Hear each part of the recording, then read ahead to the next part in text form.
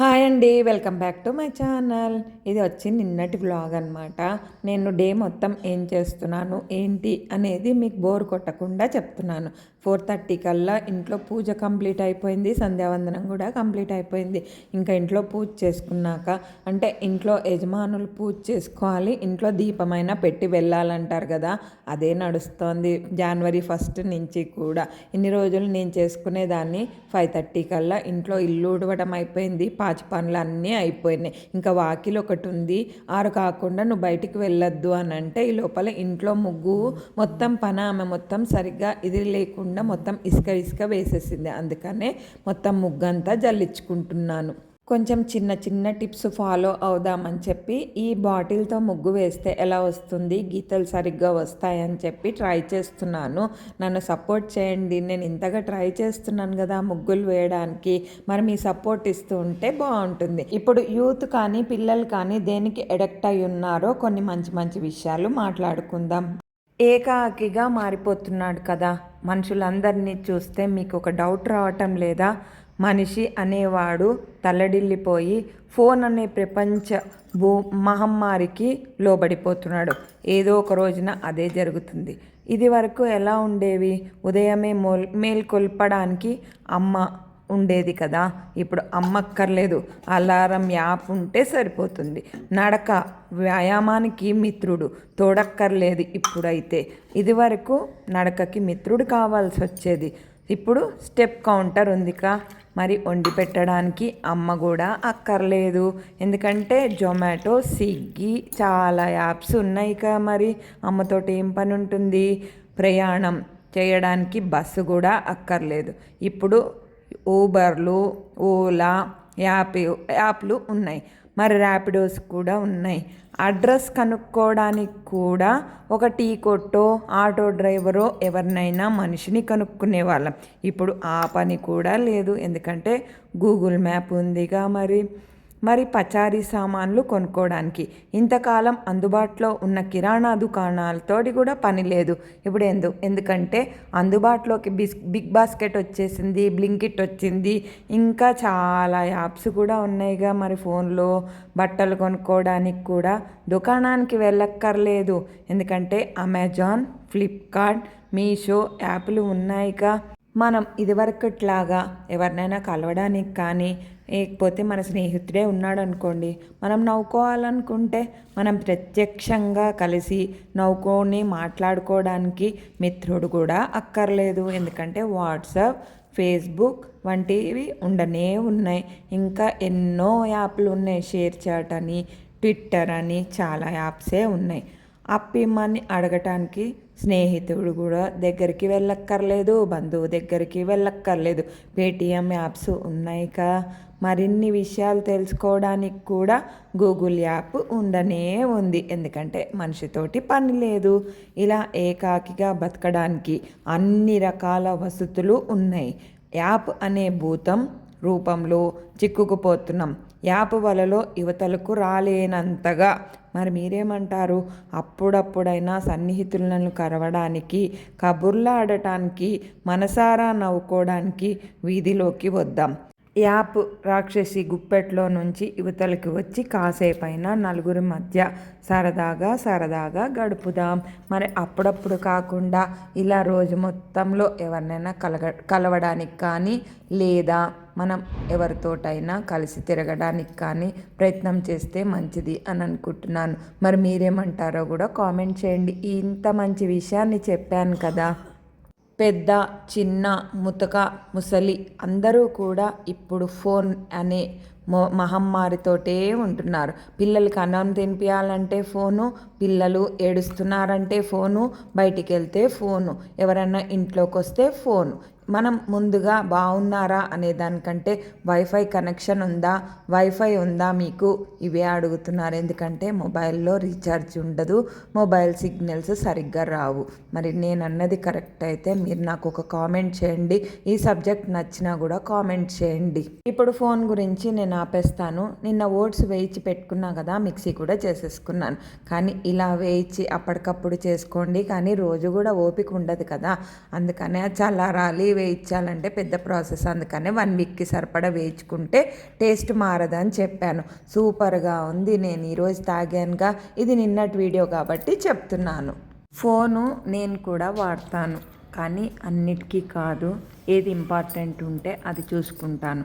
నాకు తెలియని విషయాలు ఏదైనా ఉంటే చూసుకుంటాను. ఇంకా పాటలు నేర్చుకుంటానని చెప్పాను కదా, పాటలు కూడా ఏదైనా డౌట్స్ ఉంటే పాటలు కూడా చూసుకుంటాను. వీడియోస్ తీస్తూ ఉంటాను.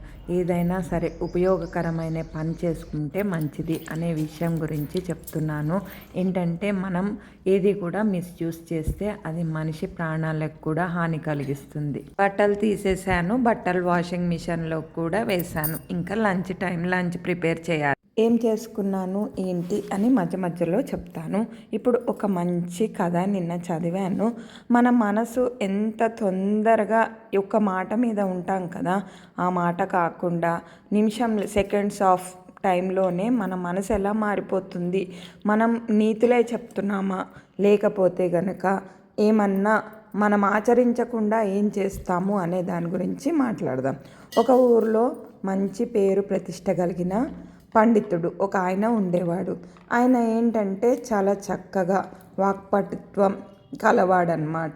ఆయన ఆలయం ఆవరణలో కూర్చొని ప్రవచనాలు చెబుతూ ఉంటాడు. ఆయన చెప్పేది అందరికీ కూడా ఆకర్షణీయంగా, మళ్ళీ కదలకుండా, అంటే అంత అట్రాక్షన్గా ఆయన చెప్పగలుగుతాడు అన్నమాట. బొమ్మలా వింటూ ఉండిపోయేవాళ్ళు ఆయన ప్రఖ్యాతి చుట్టుపక్కల చాలా గ్రామాల్లో వ్యాపించిపోయింది. ఆయన చెప్తుంటే అనమాట మనసుకి అలా హత్తుకుపోతుంది. ఒక్కొక్కరు చెప్తుంటే ఎప్పుడు వెళ్ళిపోదామా, ఎప్పుడు అయిపోతుందా అనిపిస్తుంది కదా. అలాగే ఈయన చెప్తూ ఉంటే మటుకు ఇంకా ఏం చెప్తాడు అన్నట్టుగా ఉండేది. ఒకసారి ఆయనకి ఏమైందంటే ప్రవచనం నిమిత్తం పొరుగురు వెళ్ళవలసి వచ్చిందనమాట. ఆయన ఈ ఊర్లోనే కాదు, అన్ని ఊర్లలో కూడా ప్రసిద్ధికి ఎక్కాడు కదా. అయితే ఆ ఊరు నుంచి ఇంకొక ఊరు వెళ్ళడానికి బస్సులో వెళ్ళాలి. ఆయన బస్సు ఎక్కి కూర్చొని ఒక టికెట్ తీసుకున్నాడు. ఆ టికెట్ తీసుకున్నాక కండక్టర్ ఏం చేశాడంటే ఒక 10 రూపాయలు ఆయనకి ఎక్కువగా ఇచ్చాడు. పండితుడు అది గమనించి తిరిగి ఇవ్వాలని యోచించాడనమాట, అంటే ఆలోచించుకున్నాడు. కానీ బస్సు నిండా జనం ఉండడంతో కిక్కిరిసిపోతూ దిగేటప్పుడు ఇద్దాంలే అని అనుకొని కూర్చున్నాడు. అంటే కండక్టరు టికెట్ ఇచ్చి వెళ్ళిపోయిన తర్వాత మళ్ళీ వెనక్కి రాలేదు. అంటే దిగేటప్పుడు ఇద్దాంలే అని అనుకొని కూర్చున్నాడు. మళ్ళీ కొంతసేపటికి అతని మనసులోనే ఆలోచనలు మారడం మొదలెట్టాయి. ఆ కండక్టర్ కూడా ఏమన్నా అందరినీ మోసం చేయకుండా ఉన్నాడా? చిల్లర ఎంతమంది దగ్గర కొట్టేయడం లేదు. ఈ బస్సు కూడా ఒకే సంస్థదే కదా, ఎంతమంది తినటం లేదు. నా 10 రూపాయలకి నష్టపోతుందా? అంటే నాకు ఇచ్చిన 10 రూపాయలకి ఏమన్నా ఈ బస్సు నష్టపోతుందా, కండక్టర్ ఏమన్నా నష్టపోతాడా అని మనసులో ఆలోచన వచ్చింది అతనికి. ఈ 10 రూపాయలు ఏదైనా దైవ కార్యానికి ఉపయోగిస్తా అని అనుకుని మౌనంగా కూర్చున్నాడు. అంతలో ఊరు వచ్చేసిందనమాట. అంటే మనసు చూసారా ఎంత స్పీడ్గా మనం ఆలోచనలు మార్చేసుకుంటూ ఉంటాం. ఇంకా ఆయనకి ఊరిలో ప్రవచనాలు చెప్పడానికి ఊరు దగ్గరికి వచ్చేసాడు. ఈ లోపల కండక్టరు ఆయన దగ్గరికి వచ్చాడనమాట. అయితే ఈయన ఏం చేశాడు, ఆయన ప్రమేయం ఏమీ లేదు, ప్రమేయం లేకుండానే అయ్యా మీరు నాకు ఇందాక 10 రూపాయలు ఎక్కువగా ఇచ్చారు అని అన్నాడు.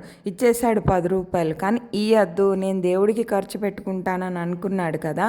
కానీ ఆయన కండక్టర్ రాగానే ఆ 10 రూపాయలు ఇచ్చేసరికి దానికి ఆ కండక్టర్ అయ్యా నేను మీ ప్రవచనాలు ఎంతో శ్రద్ధగా వింటూ ఉంటాను, మీరు చెప్పడంతోటే సరిపెట్టుకుంటారా లేక పాటిస్తున్నారా అని చిన్న పరీక్ష చేశాను మీకు అని అన్నట్ట. అని చెప్పంగానే పండితుడు చల్లటి చిరుచెమటలతో బస్సు దిగి 10 రూపాయల కోసం తుచ్చమైన ఆశతో నా విలువలకు నేనే ఇది చేసుకునేవాడిని కదా. అందుకనే నా అదృష్టం బాగుంది, నా మనస్సాక్షి సరైన సమయంలో సరైన నిర్ణయం తీసుకుంది, నా విలువలను కాపాడుకున్నాను అని అనుకున్నట్ట. అంటే మనసుతో పాటు కొన్ని సమయాలలో మనము ఎలా చేయాలి అనేది. అందుకని కొంతమంది నీతులు చెప్తూ ఉంటారు, కానీ ఆచరణకు వచ్చేసరికి ఏమీ ఉండవు. ఇప్పుడు ఫోన్లలో కూడా అంతేగా, ఎన్నో పెడుతూ ఉంటారు గుడ్ మార్నింగ్లు కానీ, లేదా ఇలా చెయ్యాలి అలా చెయ్యాలి అని అనుకుంటారు. జీవితకాలం పాటు సంపాదించుకున్న మంచితనం కూడా సర్వనాశనం కావడానికి క్షణకాలం చాలు అని దీంట్లోని నీతి అన్నమాట. కథ నచ్చింది అనుకుంటున్నాను. ఈరోజు 2 మంచివి చెప్పాను. బట్టలు ఉతుక్కోవడం, వంట చేయడం చూపిస్తున్నాను, కానీ ఏదైనా ఒక మంచి విషయం మాట్లాడుకుంటే మంచిది కదా అని. ఈరోజు నేను వంకాయ కూర, ఉత్తిపప్పు చేశాను. ఇంకా చారు పెడదామంటే సాంబార్ కానీ, చారు బోర్ కొట్టేస్తోంది. అందుకని సాంబార్ పెడదాం అనుకున్నా కానీ ములక్కాయ సొరకాయ తెచ్చుకోవడం మొన్న మర్చిపోయాను. ఇంకా సాయంత్రమే కుక్కకి అన్నం పెట్టేస్తున్నాను. 2 కుక్కలు కూడా వచ్చి తిన్నాయి, బ్లాక్ ఇవి. అంటే నాకు అలా అలవాటు అయిపోయింది కుక్కలకి పెట్టుకుంటూ ఉండటం. ఎందుకంటే మూగజీవులు కదా, చెప్పుకోలేవు. అందుకనే పిలవంగానే వచ్చింది. ఇంకొక కుక్క కూడా వచ్చింది, మెల్లగా వచ్చింది. కింద పెడుతున్నాను అని మళ్ళీ మీకు డౌట్ రావచ్చు. ఊడ్చినాకనే పెడతాను కుక్కలకి, ఎందుకంటే కిందంతా మట్టి ఉంటుంది, ఆకులు ఉంటాయి, అవన్నీ ఉంటాయి కదా. అందుకని నేను చెప్పే ఈ 2 విషయాలు కూడా ఈరోజు మంచి టాపిక్లే చెప్పాను. ఒకటి ఫోన్కి అడిక్ట్ అవ్వటం, ఇంకొకటి మన నైతిక విలువలు. నీతి చెప్పడం కాదు, ఆచరించడంలో ఉన్న ఆనందం వేరే దాంట్లో ఉండదు అనే దాని గురించి చెప్పాను. ఇలా కుక్కలకి పెట్టేటప్పుడు నేను అనుకుంటాను, కృష్ణయ్య నువ్వు ఇచ్చిన అనుగ్రహమే తండ్రి. అవి కూడా దేవుడిచ్చిన జన్మే కదా కుక్కలు కానీ, ఏ జీవి అయినా సరే. అందుకని ఎండాకాలం కూడా వస్తోంది అనంటే నీళ్లు పెట్టడం, పక్షులకి ఏమన్నా పెట్టడం అలవాటు. ఇంకా స్టవ్ క్లీనింగ్ దగ్గరకు వచ్చేసాను. బాటిల్లో నీళ్లు గోరువెచ్చగా అయినాయి, పోసుకున్నా కానీ తాగలేదు. మళ్ళీ నీళ్లు పెట్టుకున్నాక అప్పుడు మళ్ళీ నీళ్ళు తాగాను. ఇక్కడ అంట్లు దోమడం అయిపోయింది, స్టవ్ క్లీనింగ్ అయింది, వేడి నీళ్ళు కూడా పోసేసుకున్నాను. వేడి నీళ్ళు తాగడానికి కూడా పెట్టుకున్నాను. ఎందుకు దబదబా చేసేసుకుంటున్నానంటే పని ఇప్పుడు వచ్చేసి 5:30 అయింది అంతే. ఇంకా మొహం కడుక్కొని సాయంత్రం దీపం పెట్టుకున్నాను. శుక్రవారం కదా, ఏ రోజైనా పెట్టుకుంటూ ఉంటా, కానీ ఈ మధ్య ఇల్లులు వెతకడానికి అలా వెళ్ళినప్పుడు మటుకు చేయటం లేదు. ఎందుకంటే నిదానంగా చేసుకోవచ్చులే అని అనుకొని బయటికి వచ్చేసరికి 7:30 అయిపోతుంది. ఇంకా సాయంత్రము నేను బీట్రూటు, ఇది పసుపు అల్లం కాదు, ఇంకా క్యారెట్, ఇంకా యాపిల్ వేసుకోవాలి, కానీ టమాటా అయితే ఇక్కడ నేను యాడ్ చేసుకున్నాను. టమాటా వేసుకుంటున్నాం కాబట్టి మనము వాటర్ ఎక్కువగా యాడ్ చేసుకోవద్దు, ఎందుకంటే టమాటాలో వాటర్ ఉంటుంది కదా. ఇంకా హెల్త్కి కూడా మంచిది, సి ఉండాలి అని అంటారు, టమాటాలో కూడా ఉంటుంది. నేను క్యారెట్కిను ఇంకా బీట్రూట్కి కూడా పీల్ చేసేసాను. పసుపుకి మటుకు ఏం చేయలేదు, కడిగేసి వేసేసుకున్నాను, కానీ సూపర్ టేస్టీగా ఉంది. మీరు కూడా ఒకసారి పసుపు కూడా ఇలా వేసుకొని ట్రై చేసుకోండి. పుదీనా, కొత్తిమీర కూడా వేసుకోవచ్చు, కానీ అన్నీ ఒకసారి వేసుకోకుండా ఒక్కొక్క ఫ్లేవర్ తోటి ఇలా ఒకసారి ట్రై చేయండి. ఇప్పుడు మనకి ఆయుర్వేదిక్లో కూడా పసుపు ఎక్కువగా వాడుతున్నారు, మీరు కూడా ట్రై చేయండి. నేను ఇక్కడ వాటర్ ఎక్కువగా యాడ్ చేయలేదు. ఈ జ్యూస్ హెల్త్కి మంచిది, జలుబు దగ్గుకు కూడా మంచిది అని చెప్పి పసుపు వేసుకున్నాను. ఎందుకంటే పసుపు వేసుకొని ఈ మధ్య కషాయాలు ఎక్కువగా తాగుతున్నారు. ఒకసారి స్కిప్ చేసి పుదీనా వేసుకోవచ్చు, ఒకసారి స్కిప్ చేసి అల్లం కూడా వేసుకోవచ్చు, కానీ 10 మటుకు ఒకటేసారి యాడ్ చేయకండి. ఇక్కడైతే వాటర్ ఎక్కువ యాడ్ చేయలేదు కదా, నాకు 1 గ్లాసు ఇంకా కొంచెం అంటే కొంచెమే ఉంది, అంటే టీ గ్లాస్కి వస్తుంది. ఇంకా నా పూజ కూడా కంప్లీట్ అయిపోయింది. ఇంకా నేను రెడీ అయ్యి హోమియో క్లినిక్కి వెళ్తున్నాను. నా మందులు కంప్లీట్ అయిపోయినాయి. ఇంకొక విషయం ఏంటంటే, నా వారానికి ఒక్కసారైనా సరే డాక్టర్ తోటి ఇంటర్వ్యూ చేద్దాము అని అనుకుంటున్నాను. అడిగాను, ఆయనకు టైం కుదరటం లేదు. హోమియో అంటే ఏంటి, అందరికీ ఉన్న డౌట్స్ కూడా క్లారిఫై చేద్దాము అని. ఇక్కడ బయలుదేరంగానే గేటు పడ్డది, ఆ గేటే మీకు చూపిస్తున్నాను. మళ్ళీ అక్కడ ఉండకుండా చాలా టైం పట్టేటట్టే ఉందని చెప్పి వేరే రూట్లోంచి నేను వెళ్ళిపోయాను. ఇదే నేను వెళ్ళే హోమియో క్లినిక్ అనమాట. వచ్చాను, కానీ నాకు 1 అవర్ పైనే పట్టింది. డాక్టర్ దగ్గరికి వెళ్ళి మందులు తీసుకొని ఇంటికి వచ్చేసరికి నాకు 8:45, 9 అయిపోయింది కూడా. మందులు అయితే బాగానే పనిచేస్తున్నాయి, కానీ ఇక్కడ వెయిటింగ్ చూసారా ఎంతమంది రష్ ఉన్నారో. అదే డాక్టర్ని అడిగాను, మండే రోజు ఏమన్నా అపాయింట్మెంట్ ఇస్తారా అని. అంటే నా ఛానల్లో పెట్టుకుంటే ఎవరికైనా ఉపయోగపడుతుంది అని. సైనస్ కానీ, కాఫ్ కానీ, ఇంకా ఆస్తమా కానీ, వీటన్నిటికీ ఇప్పుడు అందరూ కూడా సఫర్ అవుతున్నారు కదా. అందుకని మీకు కూడా ఉపయోగపడుతుందని వీక్లో ఒకసారి డాక్టర్ గారిది అప్లోడ్ చేద్దాము అని అనుకుంటున్నా. ఇంకా ఎంతమంది రష్ ఉన్నారో చూడండి. ఇప్పుడు నాది కంప్లీట్ అయిపోయింది. అమ్మాయి ఈయనకు నా పక్కన కూర్చున్నాడు కదా, ఆయనకు మందులు ఇచ్చి నాకు ఇవ్వాలన్నమాట. ఇంకా ఇంటికి వచ్చేసి నైట్ అయితే నేను అడపిండి ఉంది కదా, ఉప్పు ఎందుకు వేయద్దు అని అన్నానంటే ఇందుకే వేయొద్దన్నాను. ఉప్పు వేయకుండా ఉంటే టేస్ట్ ఏమాత్రం ఫ్రిడ్జ్లో పెట్టినా కూడా మారదు, కానీ అడమటుకు సూపర్గా వచ్చింది. వేసుకొని నైట్ తినేసాము. లేట్ అయిపోయింది, ఎందుకంటే 9 అయింది కదా ఇంటికి వచ్చేసరికి. మందులు తీసుకొని ఇంకొక్కటే ఒక అడ తిన్నాను. లేట్ అయినప్పుడు ఎక్కువగా డిన్నర్ చేయకుండా ఉంటేనే మంచిది, హెల్త్కు కూడా మంచిది. ఎందుకంటే బాడీలోని అన్ని ఆర్గన్స్ కూడా మనం పడుకున్నప్పుడు రెస్ట్ తీసుకుంటాయి. ఇంకా స్కిప్ చేసేసి పండ్లు తీసుకున్నా మంచిది, కానీ ఏ పండు కూడా తిందామంటే భయం అవుతోంది. ఆర్గానిక్ అంటున్నారు, కానీ ఏమో నాకైతే డౌటే. మరి మీరేమంటారు? ఇంకా ఆడ నేను ఒకటి తిన్నాను, మా వారికి కూడా ఒకటి వేశాను. ఇంకా ఈ వ్లాగు ఇక్కడితోటి ఎండ్ చేసేస్తాను. రేపటి ఫుల్ లెంత్ వ్లాగ్తో మళ్ళీ మీ ముందుకు వస్తాను. రేపు సాటర్డే కదా, రేపు కూడా గుడికి వెళ్ళాలి. బాయ్, మరి సబ్స్క్రైబ్ చేసుకోండి.